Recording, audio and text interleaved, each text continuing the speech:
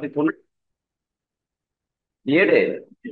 ও আচ্ছা, বিএডে তো কেউ ক্লাসে আসে না, বসেন। কোন জায়গা থেকে আসছেন আপনি?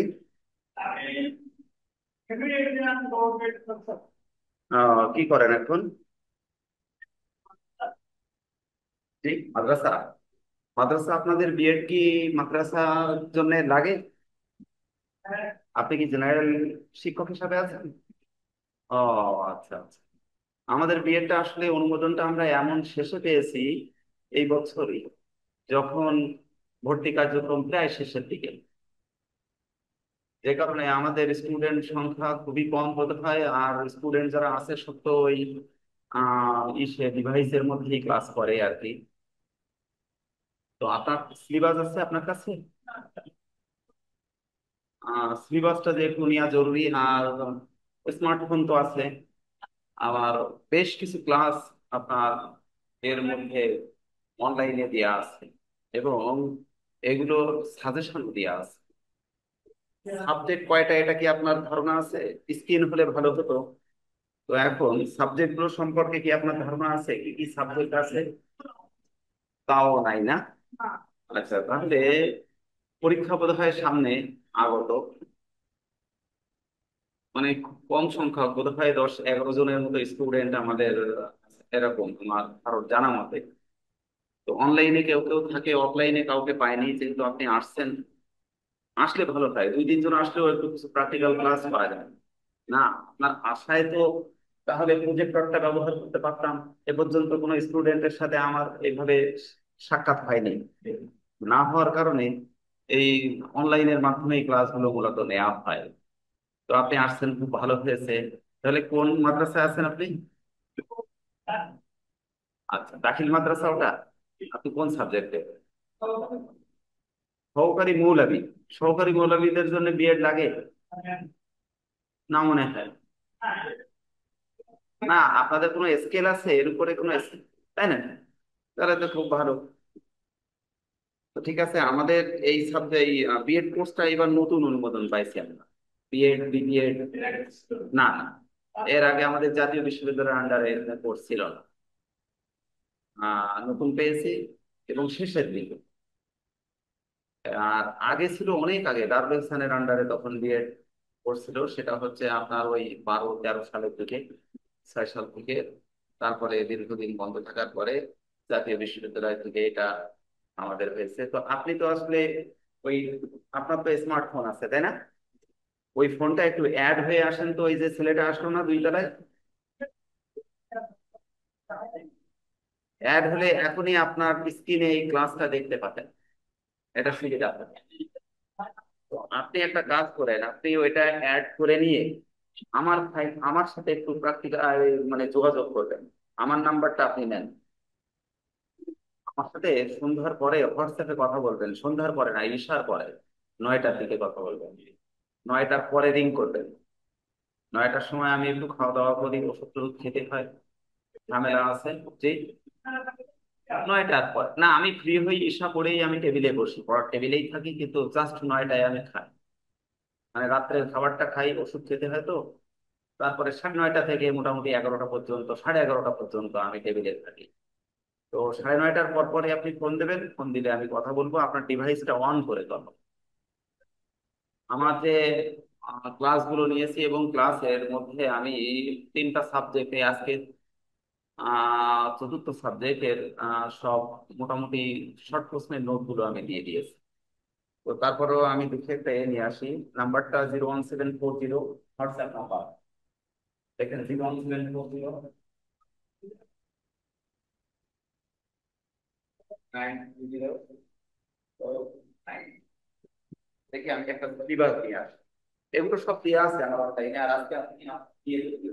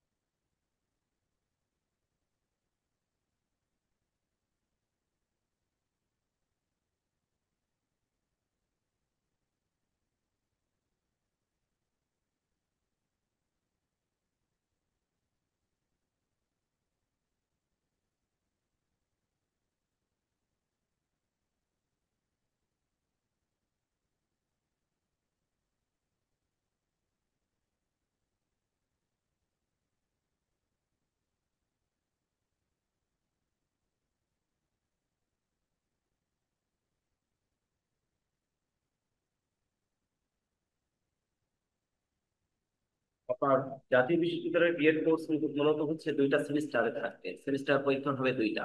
বুঝতে পারছেন কি আমার কথা? দুইটা সেমিস্টার হবে।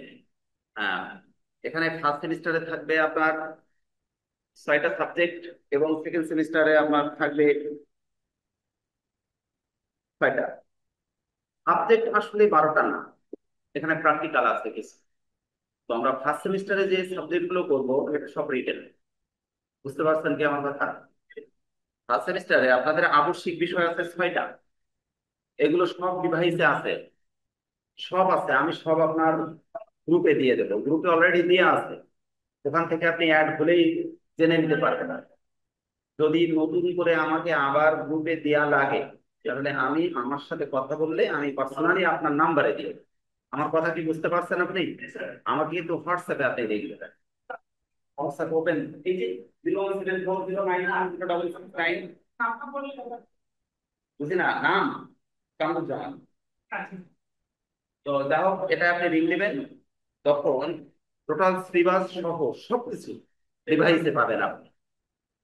তো যেহেতু আজকে আপনি ফিজিক্যালি আসছেন, এখন যে ক্লাসটা আমি নিতে চেয়েছিলাম এই ক্লাসটার উপরে কথা বলতে গেলে আপনি তো আপনার ডিভাইসে দেখতে পাবেন না।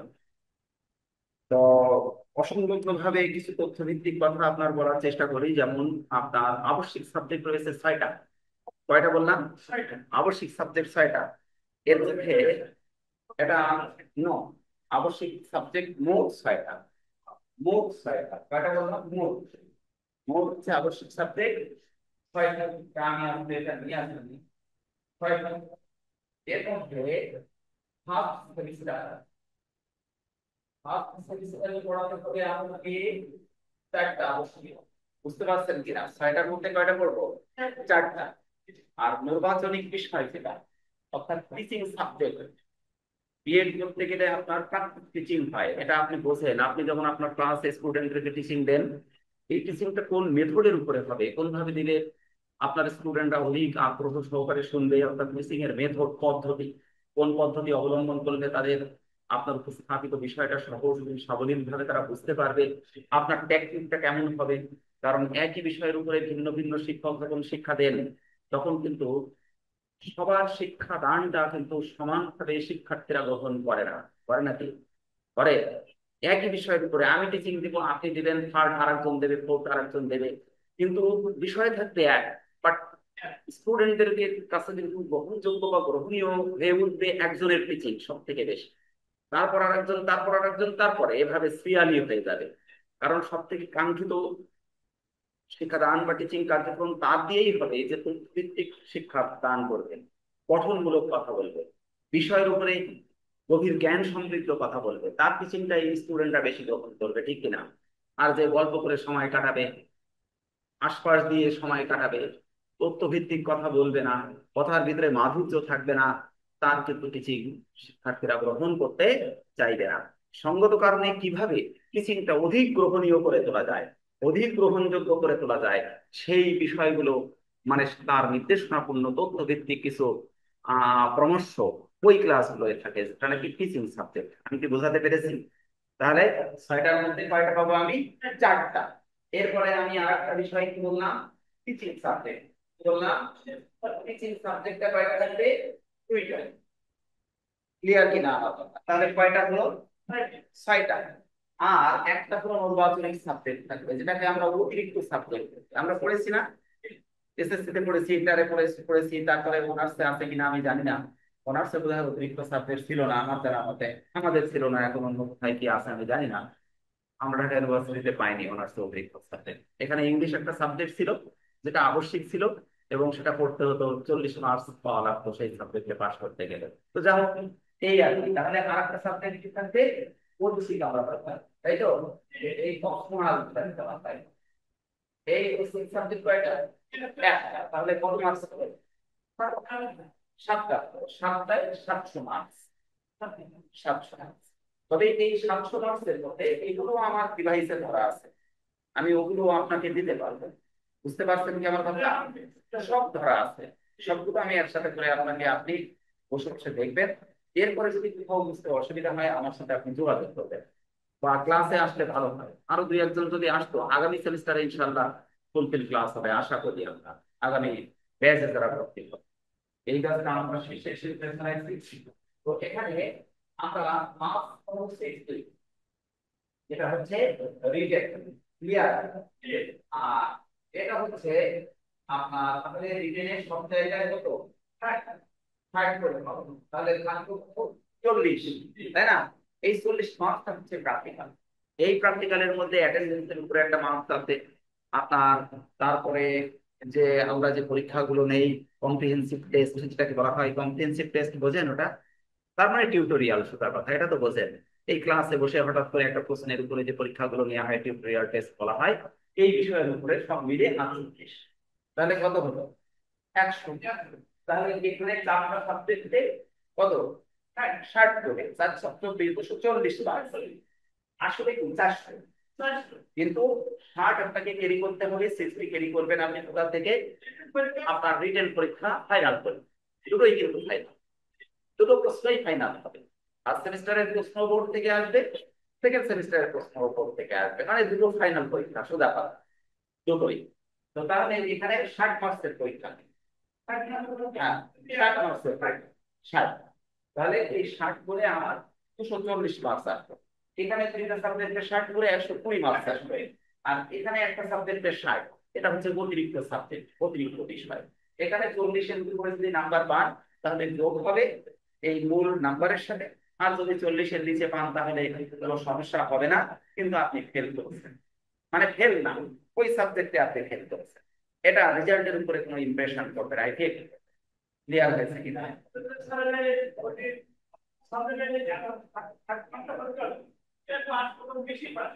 আপনি 3-এর এক অংশে পাস, তাহলে আপনি 20 পেলে পাস। কিন্তু এখানে পাশের মতো আসলে কোনো বিষয় না।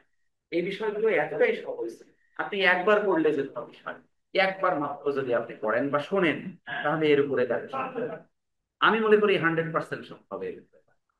আমরা যেমন একটা একটা বিষয়ের উপরে আজকে কয়েকটি প্রশ্ন আমি আপনার সাথে কথা বলবো। তো এখানে দেখেন, এই যে চারটা বিষয় আমি এক নজরে একটু বলি, এই চারটা বিষয়ের মধ্যে 1 নম্বর বিষয় হচ্ছে মাধ্যমিক শিক্ষা। মাধ্যমিক শিক্ষা যেটাকে বলা হয় সেকেন্ডারি এডুকেশন। আপনারা যে কোর্সখানে কোথায় শিক্ষকতা করেন, দাখিল মাদ্রাসা না আপনার? দাখিল মাদ্রাসার ইবতেদায়ী শাখায় আপনি মনে হয় শিক্ষকতা করেন নাকি? তো আসলে মাদ্রাসাটা কিন্তু সেকেন্ডারি লেভেলের কিনা, সেকেন্ডারি লেভেলের, কিন্তু আপনার যে স্ট্যাটাসটা ওটা হচ্ছে ওই ইবতেদায়ী সেকশনে আপনি শিক্ষকতা করেন, এটা বিষয় না, কিন্তু মূল বিষয়টা হচ্ছে সেকেন্ডারি মাধ্যমিক। তো সেকেন্ডারি এডুকেশন, এখানে এডুকেশন, এখানে একটা সাবজেক্ট রয়েছে মাধ্যমিক শিক্ষা। এবং এর উপরে যে সিলেবাসটা রয়েছে, সিলেবাসটা কন্টেইনটা আমি দিয়ে দিয়েছি আপনাদের। ক্লিয়ার? এরপরে আরেকটা সাবজেক্ট আছে শিখন, শেখানো, দক্ষতা ও কৌশল। তাহলে একটা হচ্ছে কি বললাম, মাধ্যমিক শিক্ষা এক নাম্বার। মাধ্যমিক ক্লাসে আসতে তো বেশ ভালোই লাগে, অনেক শেখা যায় মাধ্যমিক শিক্ষা। 2 নম্বরে হচ্ছে কি বললাম, শেখানো দক্ষতা ও কৌশল। শেখানো দক্ষতা ও কৌশল, এর মধ্যে লিখে ফেলালাম কিন্তু, বুঝতে পারছেন? তারপরে শিখন, শেখানো দক্ষতা ও কৌশল। এরপর হচ্ছে শিখন ও শিখন মূল্য যাচাই, আর একটা সাবজেক্ট, শিখন ও শিখন মূল্য যাচাই, মূল্য যাচাই। তারপরে আমরা কয়টা বলছিল? 4টা না? আর কাছে শিক্ষায় সূক্ষ্ম যোগাযোগ প্রযুক্তি, যেটাকে বলা হয় শিক্ষায় স্মার্ট প্রযুক্তি। শিক্ষায় স্মার্ট প্রযুক্তি, আমরা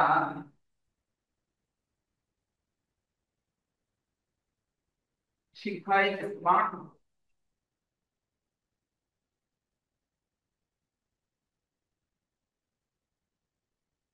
তোমার কি কাজ আছে বাসায়?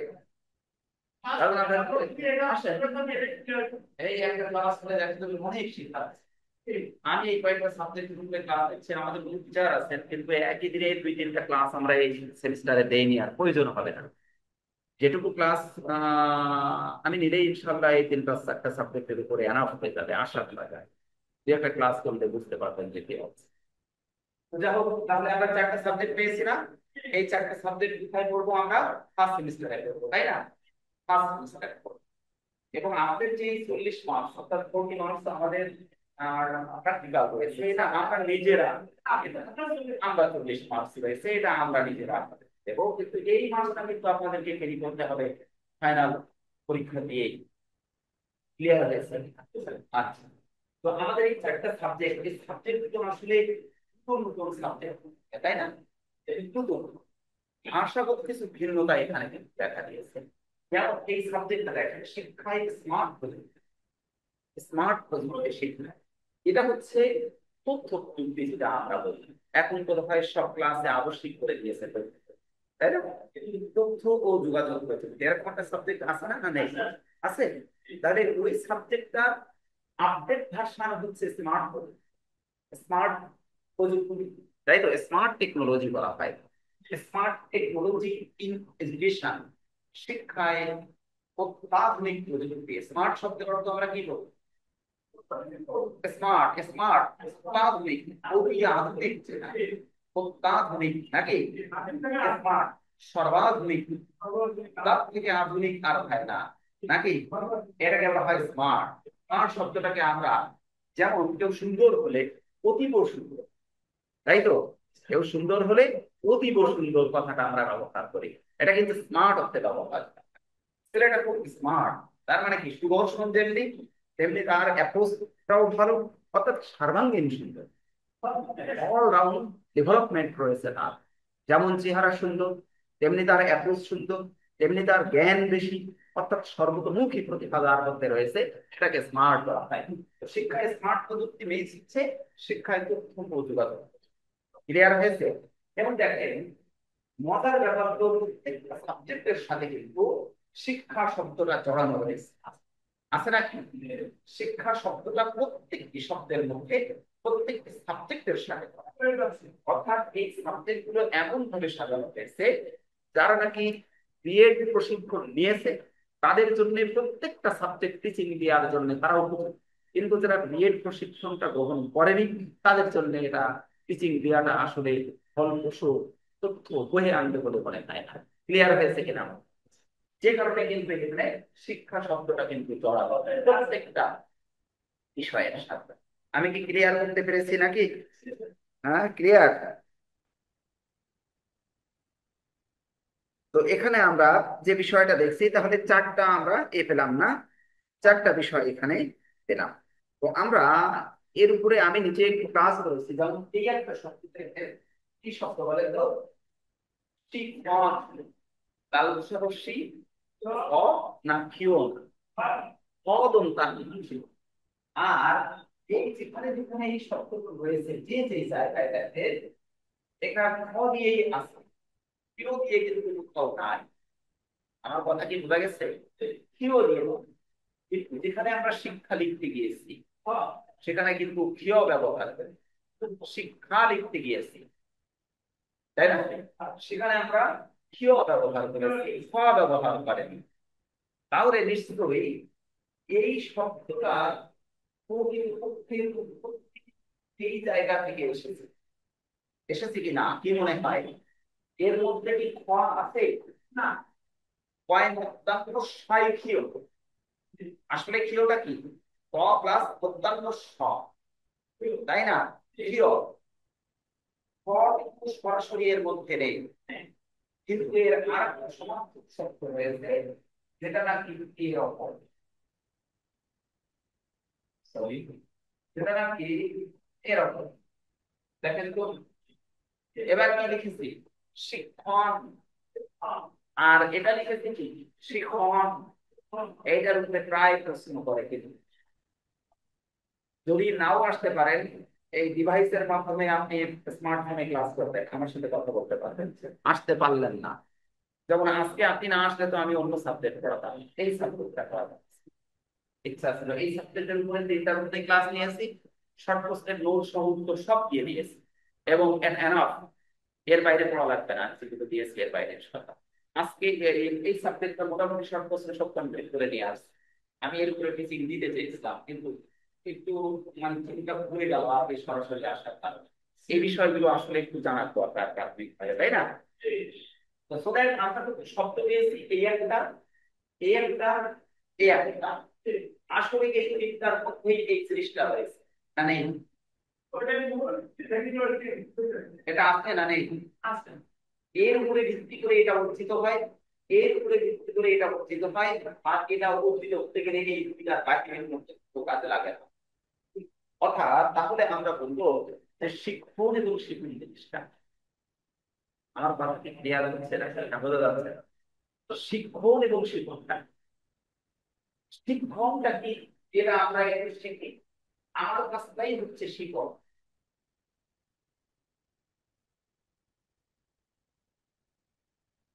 আমার কাজ, এটা হচ্ছে কি শিক্ষণ, কিন্তু শিক্ষণ নয়, কেউ দরকার না, শিক্ষণ আমার কাজ। টিচার, টিচার কি করে? টিচিং দেয়, টিচ করে শিক্ষা দেয়, টিচ না কিন্তু টিচ, টিচ মানে শিক্ষা দেয়া। আর টিচ শব্দের অর্থ হচ্ছে টিচ, টিইএস, টিচ, টিচ শব্দের অর্থ কি? ইফটিজিং, ইফটিজিং মানে কি? উত্তপ্ত, নারীকে উত্তপ্ত করা, বলে না একটা কথা আছে না, ইফটিজিং আছে না নেই? ইফটিজিং শুনেছেন কথাটা? এই টিচ মানে কিন্তু উত্তপ্ত করা, মেয়েদেরকে ঝামেলা করা, ইফটিজিং করা। টিচ না টিচ, টিচ মানে হচ্ছে শিক্ষা দিয়া, টিচ মানে কি বললাম? শিক্ষা দিয়া। এটা কার কাজ? টিচারের কাজ। আপনি আপনার স্টুডেন্টদেরকে আপনি টিচিং দিবেন, এটা আপনার কাজ। অডিয়েন্স যারা রয়েছে, স্টুডেন্টরা তারা শুনবে, এটা তাদের কাজ। এখন আমি টিচার, আমি আপনাকে টিচিং দিব, এটা আমার কাজ, আপনি শুনবেন, এটা। তাহলে এই কাজটা কার সাথে জড়িত? অনলি, অনলি কার জন্য এটা? অনলি ফর দ্য টিচার্স, টিচারের সাথে জড়িত শিক্ষা। আর এই শব্দটা জড়ানো, এই যে শব্দটা জড়ানো, টি প্লাস এস প্লাস ওয়ান, সকলের সাথে জড়ানো। সকলের, পৃথিবীতে যত জীব জন্মগ্রহণ করেছে সবার। আজকে এসে কি কাজ হলো? শুনে গেল? হ্যাঁ? তো ক্লাস নিয়েছি অনেক, 99 সাল থেকে আমি এই স্পেশাল ট্রেনিং এর সাথে জড়িত আছি। আল্লাহর রহমতে অনেক স্টুডেন্ট এই আপনাদের এলাকায়, বিভিন্ন এলাকায়, সাতক্ষীরা জেলা স্কুলের টিচার, বিশেষ করে আমার স্টুডেন্ট আছে। তো যা হোক, তো এখানে আমরা যে বিষয়টা দেখছি, দেখেন, শিক্ষণটা হচ্ছে কার সাথে জড়ানো বললাম? বলতে পারবেন তো আপনি? আপনার স্টুডেন্ট থেকে বলতে পারবেন স্টুডেন্টকে? এটা টিচারের সাথে, বন্দি রিলেটেড টু দ্য টিচার, এটা টিচারের সাথে জড়িত। বুঝা গেছে? এর মানে হচ্ছে টিচার। হ্যাঁ, স্টুডেন্ট যদি কখনো এই ডায়াসে দাঁড়ায় এবং সে টিচিং দেয়, তার সাথে এটা জড়িত। That means at that time she or he is a teacher. যখন সে এখানে দাঁড়াবে তখন সে শিক্ষক। আমি যদি এখন ওখানে বসি আর আপনি এখানে দাঁড়ান, বাইরের থেকে আমাকে কেউ কি টিচার বলবে না? দেশে আমাকে কেউ বলবে? তাহলে এই টিচার এবং স্টুডেন্টের জায়গা, এটা কিন্তু আসলে চেঞ্জ হবে। ওখানে বসলে আমি student, আপনি এখানে দাঁড়াবেন, এটাই হচ্ছে বাস্তব। তো এখানে যে দাঁড়াবে তার সাথে জড়ানো হচ্ছে এই জিনিসটা, এটা তার সাথে দেখতে হবে। But এই জিনিসটা জড়ানো হচ্ছে কার সাথে? স্টুডেন্টের সাথে, টিচারের সাথে, এবং overall all the creature of the universe. এই বিশ্ব ব্রহ্মাণ্ড যত জীব জন্মগ্রহণ করেছে সব জীবের সাথে জড়ানো। কারণ এর অর্থ হচ্ছে জ্ঞান। এর অর্থ কি? কার অর্থ জ্ঞান বলেন তো? মনে থাকবে? আর এর অর্থ হচ্ছে জ্ঞান দান কার্য। ক্লিয়ার কিনা? মনে থাকবে না থাকবে না? তাহলে তথ্য ভিত্তিক কথাটা নাকি, না তথ্যের বাইরে বললাম? জ্ঞান দান কার্য, জ্ঞান দান কার্য, জ্ঞান দেওয়ার কাজ, জ্ঞান তো বেরিয়ে সেই সম্পর্ক কারণে টিচারকে স্টুডেন্টের থেকে বেশি জ্ঞানী হওয়াই স্বাভাবিক। ক্ষেত্র বিশেষে কোনো কোনো তথ্যের উপরে শিক্ষকের জ্ঞান ছাত্রের চেয়ে কম থাকতে পারে, নাকি? না থাকবে সবসময় বেশি? একটা ছোট্ট বাচ্চা এমন কথা বলে বসে ক্লাসে যে আমি তা জীবনে শুনি। এটাই বাস্তবতা, তাই তো? এবং এটাকে স্বীকার করে যে নেবে সেই হচ্ছে প্রকৃত। আর শিক্ষক যদি বলে যে আমি যা করবো এটাই ঠিক, তাহলে ওই শিক্ষক জীবনে কোনোদিন কি হতে পারবে না, একজন ভালো শিক্ষক হিসেবে স্বীকৃতি লাভ করতে পারবে না।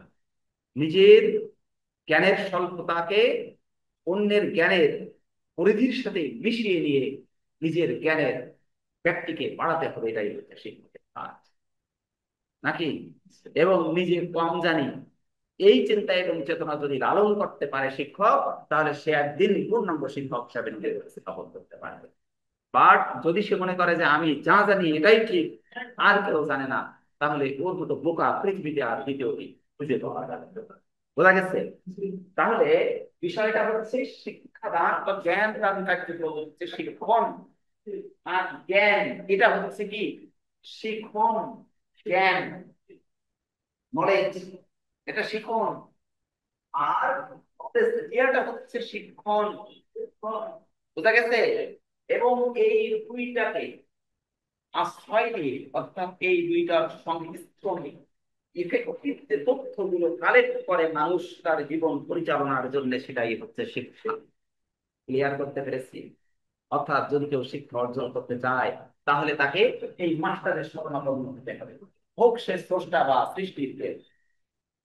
আল্লাহ রসুলের কোনো মাস্টার ছিল না, তাই না? শুনেছি, দেখিনি তো তার মাস্টার ছিল নাকি আল্লাহ রসুলের? কারণ কি, আল্লাহ রসুলের মাস্টার আল্লাহ রাব্বুল আলামিন নিজেই বলে দিয়েছেন কি, তার জ্ঞান সম্পর্কে আল্লাহ রাব্বুল আলামিন বলেছেন। কিন্তু এই খুলে নিলে আপনি বুঝতে পারবেন এই তো উল্টাপাল্টা ব্যাপার।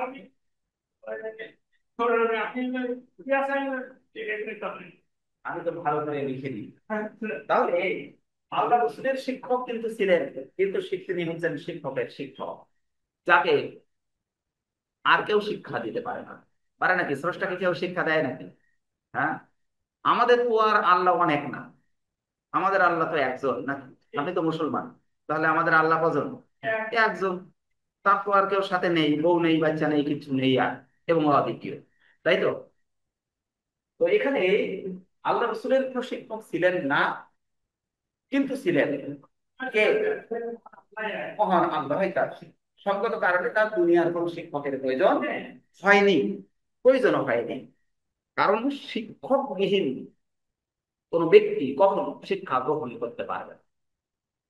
হয় তাকে এই পার্থিব জগতে কোনো ব্যক্তির সহচর্যে যেতে হবে, নইলে প্রকৃতি থেকে তার শিক্ষা গ্রহণ করতে হবে, নইলে কোনো কি ঐশ্বরিক শক্তির মাধ্যমে তার শিক্ষা। এর বাইরে তো কোনো কিছু আছে নাকি? আছে? হয় ঐশ্বরিক শক্তি তার লাগবে, যেটা ঈশ্বর প্রদত্ত, আল্লাহ প্রদত্ত। তা না হলে প্রকৃতির কোনো ঘাত প্রঘাতের, ঘাত এবং প্রতিঘাতের মাধ্যমে সে শিখবে। যেমন এখন ঝড় আসলে বিশাল জোরে বিদ্যুৎ চমকাচ্ছে, বর্ষা হচ্ছে, আপনি তো বাইরে যাবেন না। যাবেন নাকি? একান্ত বিপদে না পড়লে বাইরে যাবেন নাকি? তাহলে এই শিক্ষা কে আপনাকে দিয়েছে? প্রকৃতি আপনাকে শিক্ষা দিয়েছে। যে প্রকৃতি এখন বৈরী আচরণ করছে আমার সাথে, সঙ্গত কারণে আমাকে কোনো অবস্থাতে বাইরে যাওয়া যাবে না, আমাকে ভিতরে থাকবে। তো স্যার এই শিক্ষকদের দায়িত্ব পালন করেছে কে? নেচার করেছে না? তো তাহলে এই ঘাত প্রতিঘাত আমি বলছি, এর মধ্য দিয়ে যে ইফেক্টিভ তথ্যটা আপনি কালেক্ট করতে পারবেন, যা যা যা অর্জন করতে পারবেন সেটা ইফেক্টিভ। ইফেক্টিভ মানে কি? ইফেক্টিভ ইতিবাচক, নেতিবাচক নয়। অর্থাৎ বাইরে বৃষ্টি হচ্ছে, বিদ্যুৎ চমকাচ্ছে, বাইরে যাওয়া যাবে না, এটা হচ্ছে ইতিবাচক। আর বাইরে যাবেন, এটা হচ্ছে নেতিবাচক। আমি কি বোঝাতে পারলাম? যদি ওই ঘাত এবং প্রতিঘাত আপনাকে শেখায় যে আপনাকে বাইরে যাওয়া যাবে না এবং আপনি সেটা মেনে চলেন, তাহলে আপনি এই দুইটার মধ্য দিয়ে আপনি এটাকে অর্জন করবেন। আর যদি মেনে না চলে আপনি বাইরে যান, তাহলে এটা কিন্তু অর্জন করলেন না, আপনি শিক্ষা গ্রহণ করতে পারলেন না। ক্লিয়ার কিনা?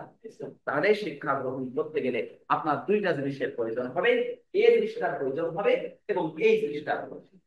এই জিনিসটাকে আশ্রয় করে এই ব্যক্তি এই কার্যক্রমটা পরিচালনা করবে, এবং পরিচালনা করার পরে আপনি ছাত্র যা আপনি গ্রহণ করবেন আপনার জীবনের জন্য উপযোগী, ওই বিষয়গুলো সব হচ্ছে আপনার জীবনের জন্য শিক্ষা। আপনি অ্যাভয়েড করলে সেটা অশিক্ষা। যদি অ্যাভয়েডেবল হয় তাহলে অ্যাভয়েড করবেন, যদি অ্যাকসেপ্টেবল হয় তাহলে সেটাকে রিসিভ করবেন। অর্থাৎ রিসিভ এবং রিফিউজ দুটোই কিন্তু শিক্ষার অংশ।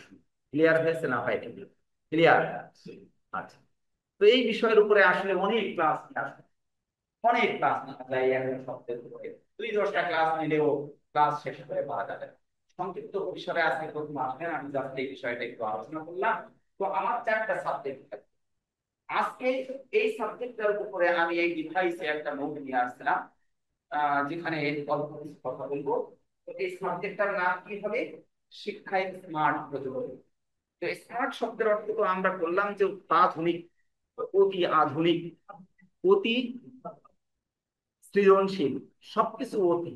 অতি শব্দটা যোগ করে দিলে স্মার্ট শব্দটার অর্থটা হবে অতি সুস্থি, শুধু সুস্থি না, অতি সুস্থি, তাই না? অতি বড় বাগ্মী। বাগ্মী মানে কি? আমাদের মাওলানা দেলোয়ার হোসেন সাইদি সাহেব ছিলেন একজন বক্তা, তাই না? খুব ভালো লাগে বক্তার বক্তব্য, এবং অত্যন্ত উচ্চমানের শব্দ তিনি চয়ন করতেন, ব্যবহার করতেন, ঠিক কিনা? উচ্চমানের শব্দ না? ওনার বক্তব্যটা আমি প্রায় শুনি। আজ থেকে না, ছোটবেলা থেকে আমার একটা দুর্বলতা তার উপরে, কারণ তার যে বাচন ভঙ্গি, এটা অত্যন্ত কি বলা যায় যে আকর্ষণীয় বাচন, যেটা আজও এখনো পর্যন্ত আমার চোখে পড়ে না, এবং এত কেন গভীরপূর্ণ আলোচনা। তো এই ওখানে ওই স্মার্ট শব্দটা কিন্তু ব্যবহার হয়, তাই না? একজন স্মার্ট ওরাটর, বক্তা, স্মার্ট স্পিচ তিনি ব্যবহার করেন, স্মার্ট টেকনোলজি তিনি ব্যবহার করেন তার বক্তব্য, তাই কিনা?